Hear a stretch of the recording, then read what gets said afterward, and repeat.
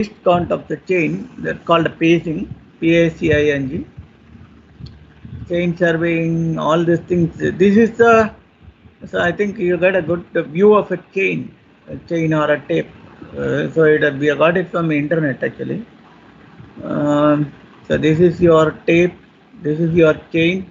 You got a metal tally, and this is the handle of the chain, handle of the chain, and you got a small ring is visible over here. Every meter, every 5 meter, 5 links. After that, you will have a brass ring like this.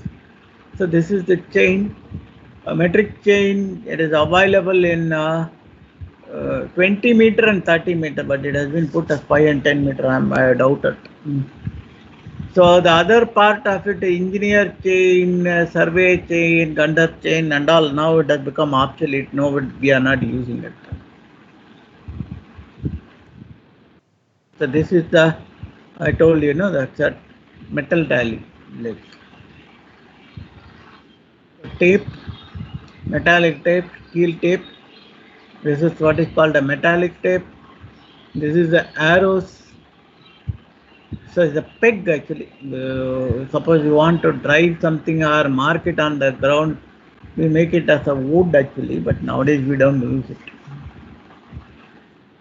So this is what is called a ranging rod or a pole, like so 2 to 3 meter in height. It has been painted alternatively black or white or red or white. So under any background, you'll be able to see your ranging rod. So this is how the ranging rods are fixed in the ground. Okay, so you will have a feel like plumb bob. So this is used for transferring ground point to paper and paper point to the ground. Okay, chain surveying. So this is the small this thing about a chain surveying along the line. So shortest distance between 2 points is a straight line. Sorry, shortest distance between 2 points is a straight line. The process of determination of intermediate point in between the two extremities of the line is what is called the ranging. We have seen a ranging, indirect ranging, direct ranging, how you solve the problem of ranging, how you solve the problem of chaining, all the things we have seen it. This is the method of ranging. So direct ranging, I think, I don't know whether this you will get it, and there is a link, and you will try it. If you are getting it, all right. If you don't get it, it's double all right.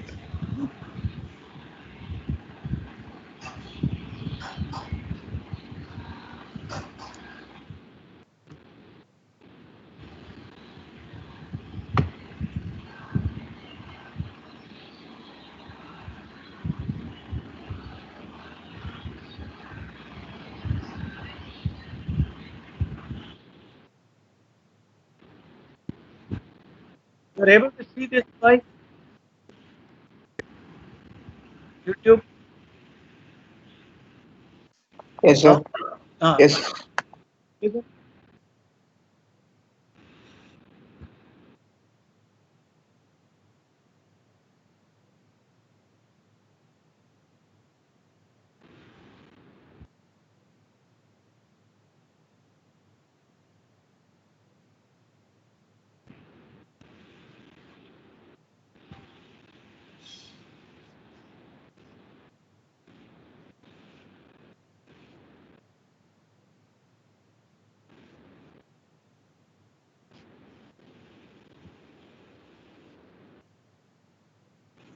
The audio is coming to you.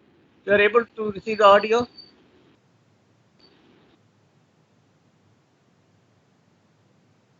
You are receiving the audio. No, sir. I see. I see. Hmm.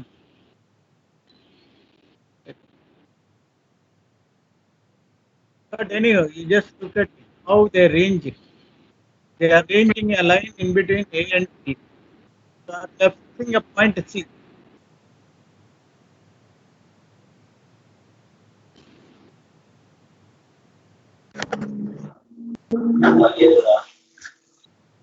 Prithvi గారు చావడుతుండు.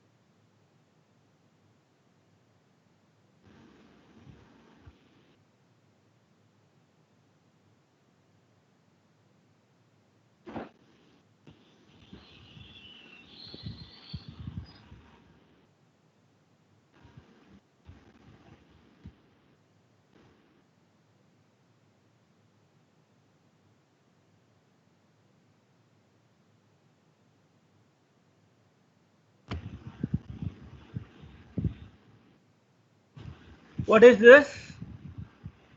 Indirect engine. Hello? Yes, sir. Ah, okay. Because this is not my contribution, which we downloaded. Okay. So this is the baseline, and what you see is a small building over there. The baseline is nothing but the chain line. So we have to erect a perpendicular from these point actually, this point, and all. So how do you do it? Like,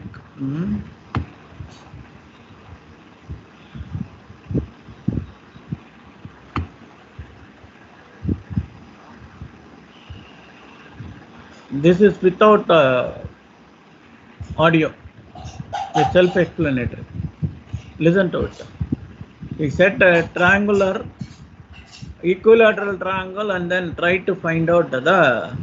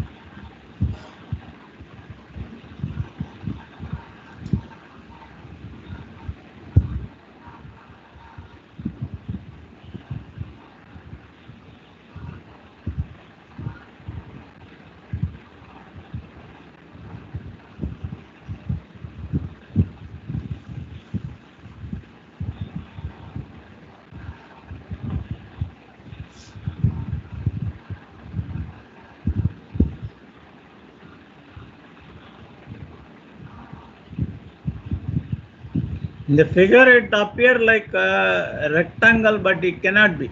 It is only a polygon, that's all. It's a quadrilateral or a how many sides are there? It's a hexagonal figure. You just find out what is the length of each side.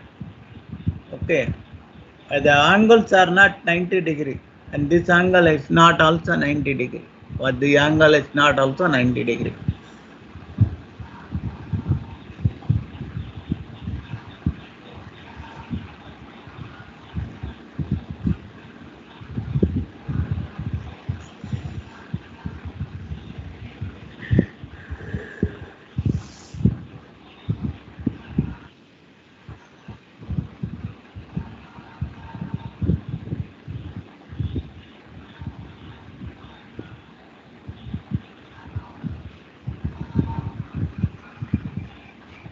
So he is setting out a perpendicular and measuring the offset actually.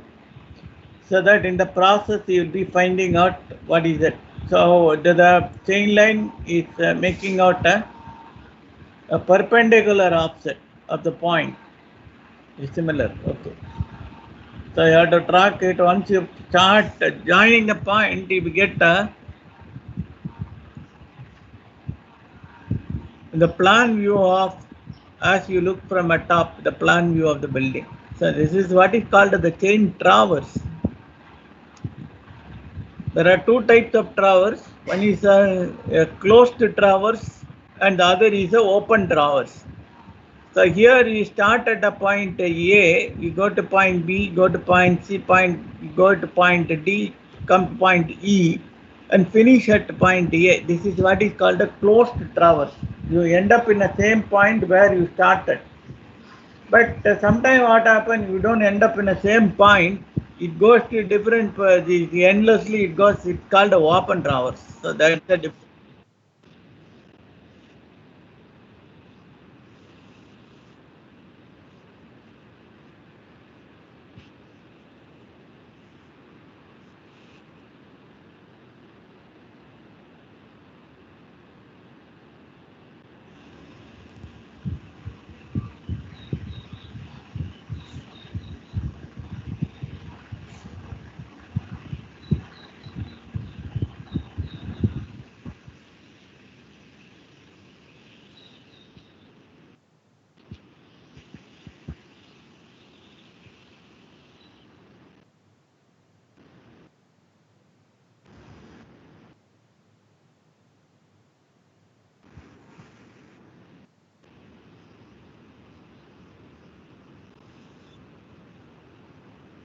You set out triangle and then plot the building.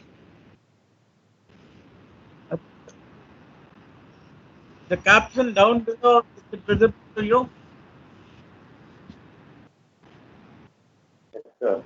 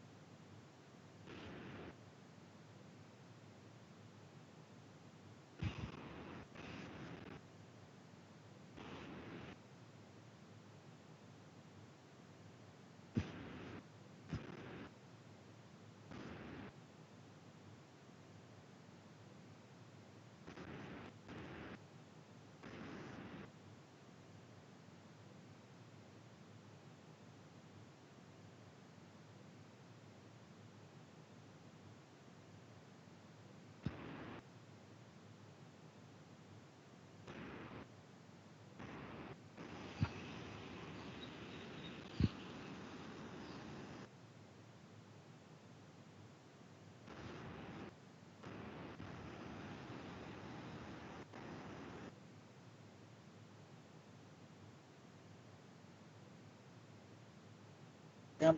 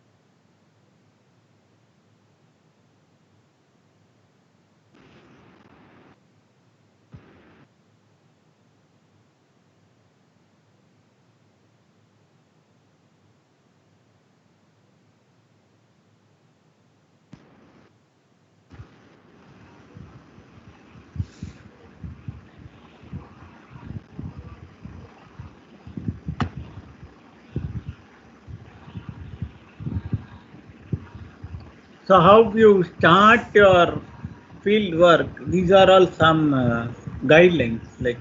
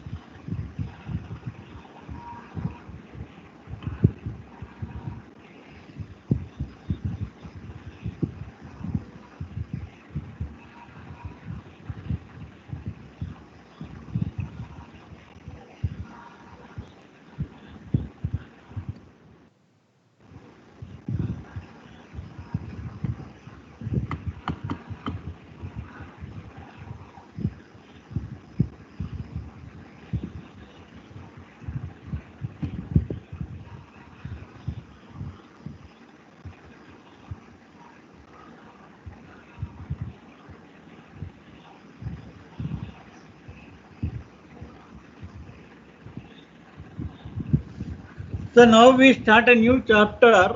Am I audible to all of you?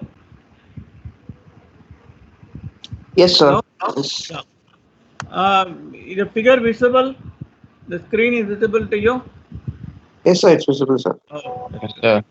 So you have got two lines, OA and OB. Okay. You have got two lines, OA and OB. If this and the line OB, it deflects in a clockwise direction and depart from OA. So we call that AOB as angle, and it is being denoted as theta in this figure. Is that clear? Okay. So line OA and OB are there. The line OB has departed from OA and moved clockwise, and it take a position OB, and the deflection of the ray OB with respect to OA, we call it as an angle, and it is been denoted here as theta. Okay. Now this is what is called an angle, but in surveying we don't call an angle, but we call it a different. So angle is, what is it? Angle OA is a ray and OB is a ray. So the deflection of OB with respect to OA by theta degrees or radians, AOB is designated as angle. Okay. Now suppose I keep that one line as a reference line, then I call that line as a meridian. Okay, if one of the line, suppose I keep OA as a reference line, then the reference line is called a meridian. Okay, it's no more called we don't call it as angle, but we call it as some other name. We'll see what is some other name like. We call it as, so we'll come back to, there are three types of meridian. What is a meridian? Meridian is a reference line for time being now. What is a meridian? Sir, that is a reference line. There can be three different ways it has been classified. True meridian. What is a true meridian? We'll define it. What is a magnetic meridian? Magnetic meridian is very simple. Suppose you suspend a bar magnet, it align itself along the earth magnetic field. The direction shown by a magnetic needle is what is called as a magnetic north. So it defines a line. That line is called the magnetic meridian. Okay, is that clear? So always the bar magnet shows a north and a south. So we have got a magnetic compass. What is that? It shows what is called a magnetic north. But it has got its own shortcoming. Let us not worry about it. So yeah, I am defining only the second term, magnetic meridian. Third term is very simple. What is called the arbitrary meridian. Arbitrarily we fix up a line. In case of a OA and OC, what we do? We fix OA. Suppose I keep OA as a reference line, then arbitrarily I am keeping the reference line.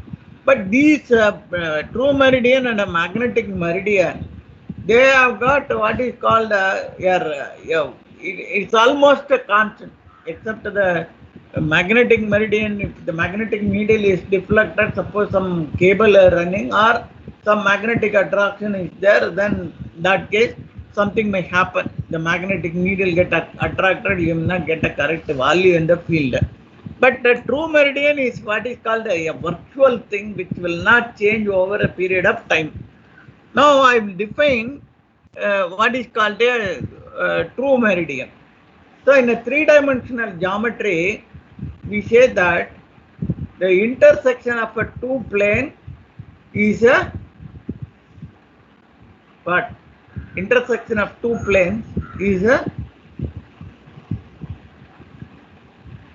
what is it by? Intersection of two planes is the two plane intersect. The intersection point is a. Are you available or all of you are keeping home? Line. It's a line, straight line. So the true meridian is defined by a straight line. What is a straight line? One plane is the surface of the earth. Even the surface of the earth got the sphericity of the earth, but we say that it is a plane surface. One surface is the, suppose I am standing over a point on a earth. That point on the surface of a earth, I take it as one plane. Other plane is the point where I am standing, the north pole of the earth and the south pole of the earth, and my point where I stand.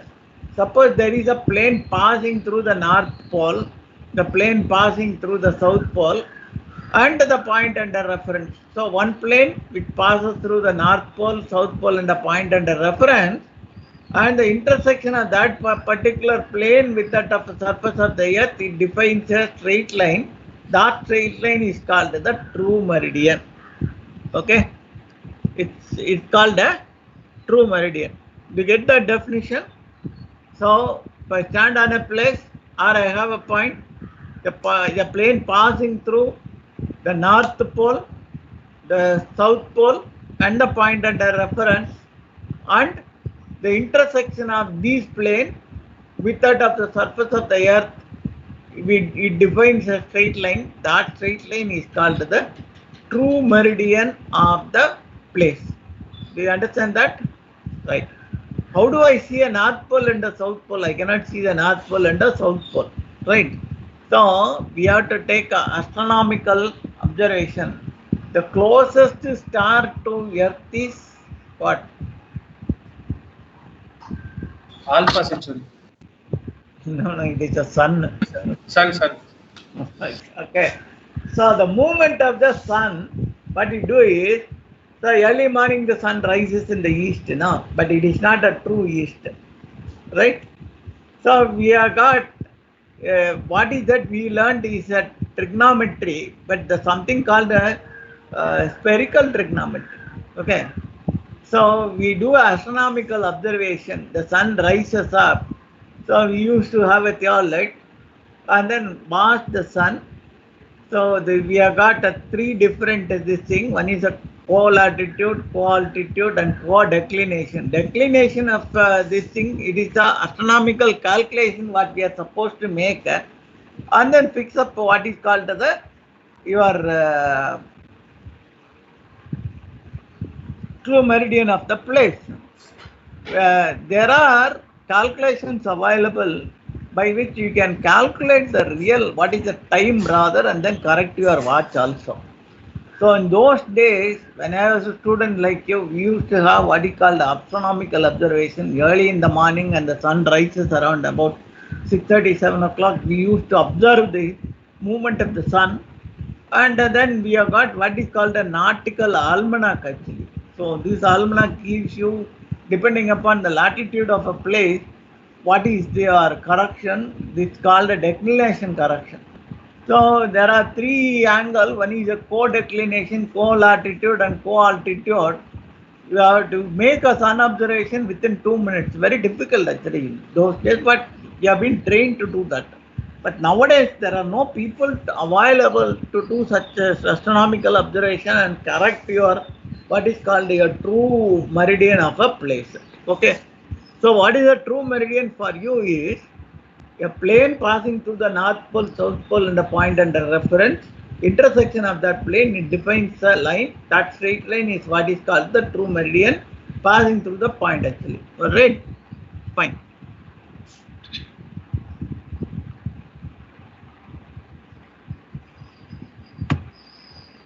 Magnetic meridian. What is a magnetic meridian? Direction shown by a freely suspended bar magnet. At the magnetic needle, the needle align itself under the north and the south pole, but it has got a variation. It has got a seasonal variation, diurnal variation, fortnightly variation.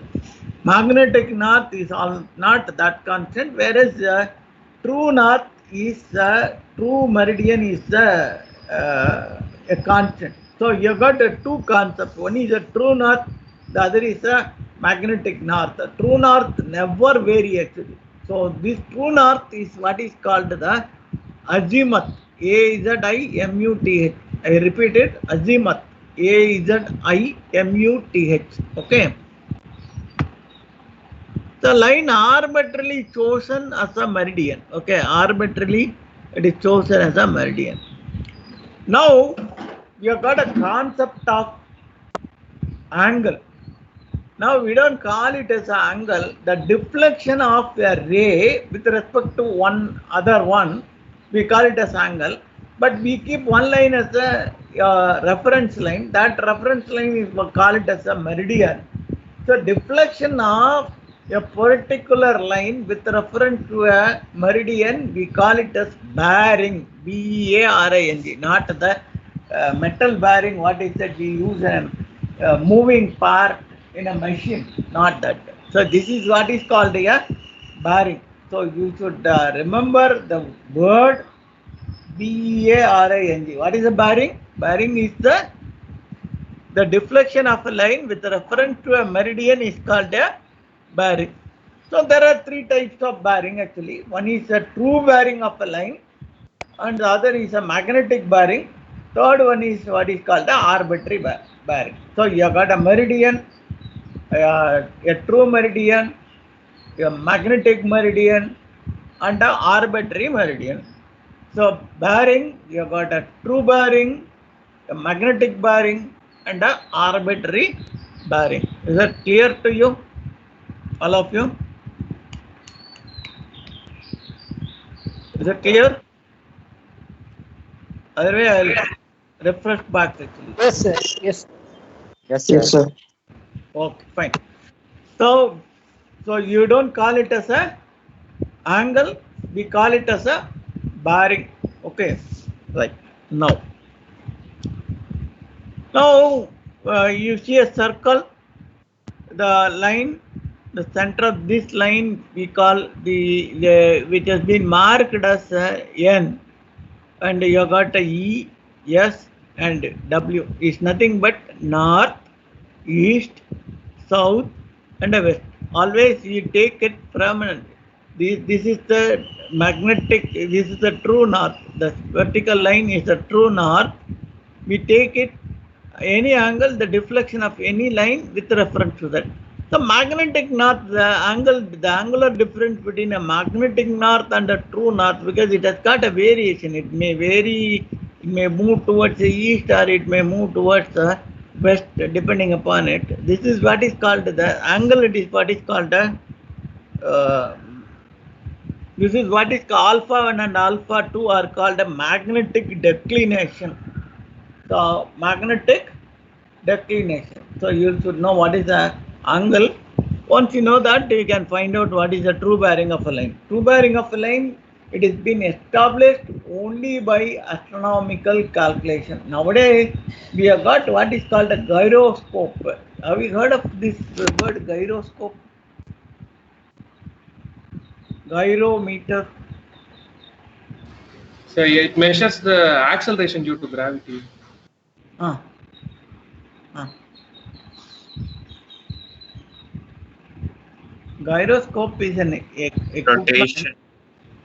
Gyroscope is an equipment which is being used, or it has got a small motor which rotates at the speed of the earth. Okay, the motor speed is the speed of the earth, because earth has got its own rotation. Earth has got its own revolution. Rotation causes what is called a day and a night. Revolution causes what is called a, what is the effect of revolution, boys?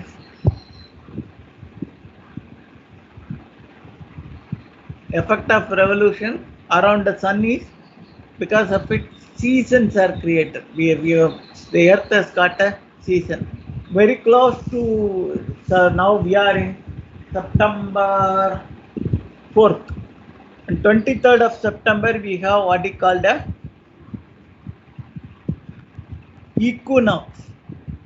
The day and the night are equal because the sun ray is perpendicular to your equator. Okay, this is what is called a autumnal equinox. So December 21st, the ray of sun is on the Tropic of Capricorn. So it is called the winter solstice. Winter solstice. SOLSTICE, winter solstice. Then on June 21st, it is called a summer solstice. So it is on 23.5 degree north latitude. Then March 21st, it is called a spring equinox. So no shadow day will be there on either September 23rd or the March 21st. So every year it happens that way. That is why the northern hemisphere, the sun is moving towards the south now, right? So Australia and other places, New Zealand, they will have a summer, whereas we will have a winter. December, it is a chilling winter for the northern hemisphere, and it is warmer in the southern hemisphere. The other way about. That is why some places are called places of midnight sun. Hammerfest at Norway is a place where you will have a 24 hours sun on a particular day. That is on June 21st, around June 21st, they will have a 24 hours sun. All the 24 hours you will have a sun. That's why sometimes, on the summer solstice, the day are longer. When equinox, the day and the night are equal. So this is something called as a true north, true east, and a true west. Okay, the direction is very important. We are talking about a gyroscope. The application of a gyroscope is it's being used in the missile actually. So missile, you want, when you have a direction, you have to change the direction. Only they used it a gyroscope and then do it. We have got a wonderful story about a gyroscope actually. Nowadays we are using it. So your instrument is aligned along your true meridian, right? Your instrument is aligned along. So when you have a theodolite and you have a gyroscopic arrangement, instrument will be aligned along your true north, and whatever is the deflection of any point other than from the true north, you can measure it. So that is advantage nowadays we have, but the concept we should know actually where from you got it. Now this is what is called the designation of a bearing. We have got a whole circle bearing, WCB. Suppose I say WCB, okay, it's not WWF or something, it is WCB, whole circle bearing. So you got different lines. So you got a north, south, east, and a west. Okay, NESW. NEWS is a news. So you look at line OA. OA deflect from true north theta 1. OA, the angle, we don't call it as the bearing of OA, so it is being measured at O. When you say bearing of OA, it is being measured at point O. So the deflection of the ray OA with respect to the north is theta 1. So it is, so always you will have north as the reference. So the deflection of the angle with of the ray with reference to the true north or a magnetic north or a meridian, true meridian or a magnetic meridian, we call it as a whole circle bearing. If you look at a B, OB, you have got a theta 2. So the bearing of the line OB, bearing of the line OB is theta 2. Similarly, bearing of the line OC is theta 3. Bearing of the line OD is theta 4. Okay. So theta 4 is, it starts from here. Okay, it starts from this point. So it just, this is the deflection of the line. So what is angle AOB? Angle AOB?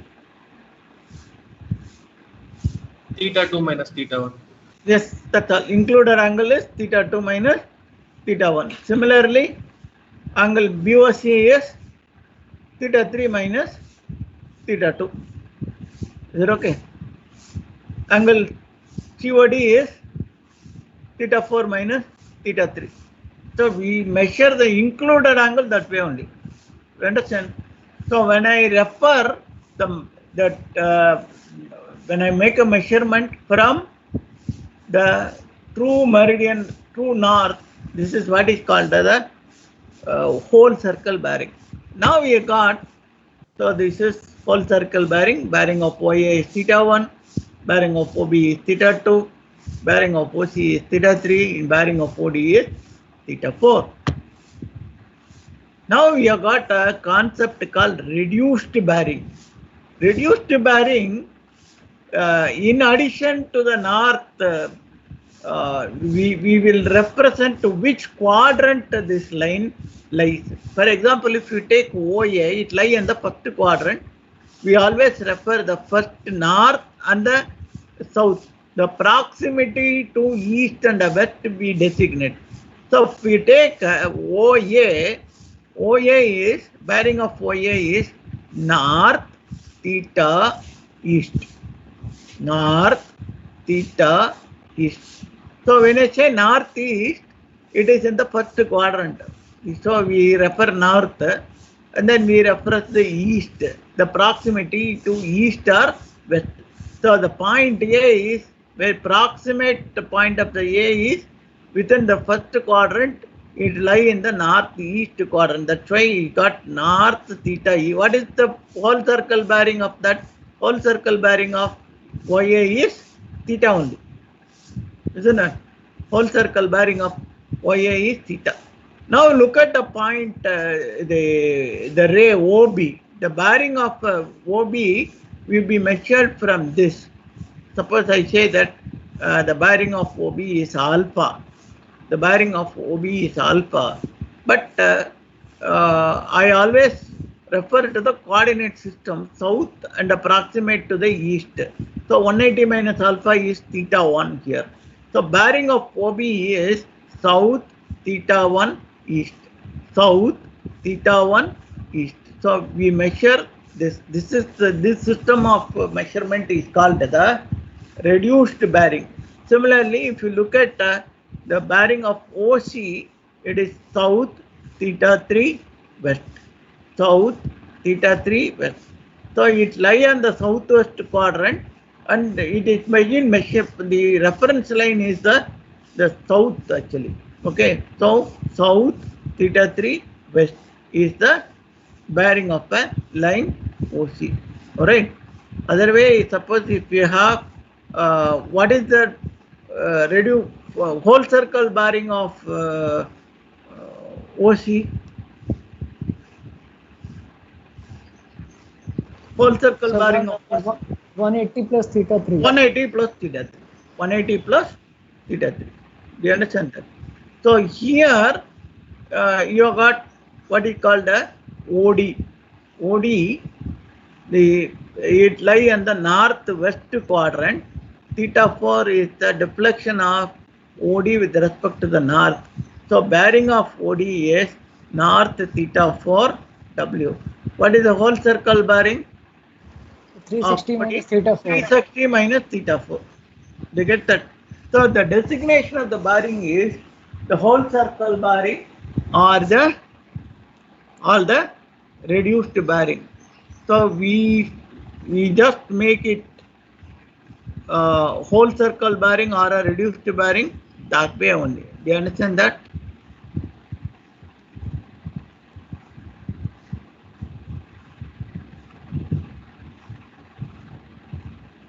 I just closed down, right? So what is that we learned? We have learned what is called the meridian. There are three types of meridian: true meridian, magnetic meridian, and the arbitrary meridian. So we don't call it as an angle, we call it as a bearing. So the designation of the bearing is either is a full circle bearing or a reduced bearing. Okay. So application of this, we'll find out what is the angular measurement. Okay. The instrument what is being used for angular measurement is the compass. Is it okay? I just closed down. Any doubt?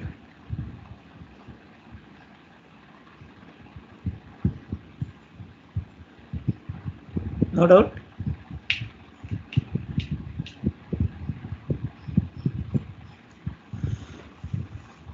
Okay. The Gayatri is here in your class. Anybody by name Gayatri is in your class? No, sir. She's in B section. B section. Okay. I just wanted to talk to her. Can you ask her to give a ring to me? Okay, sir. Okay. Okay, please. Okay, I'll close down for today. Thank you very much.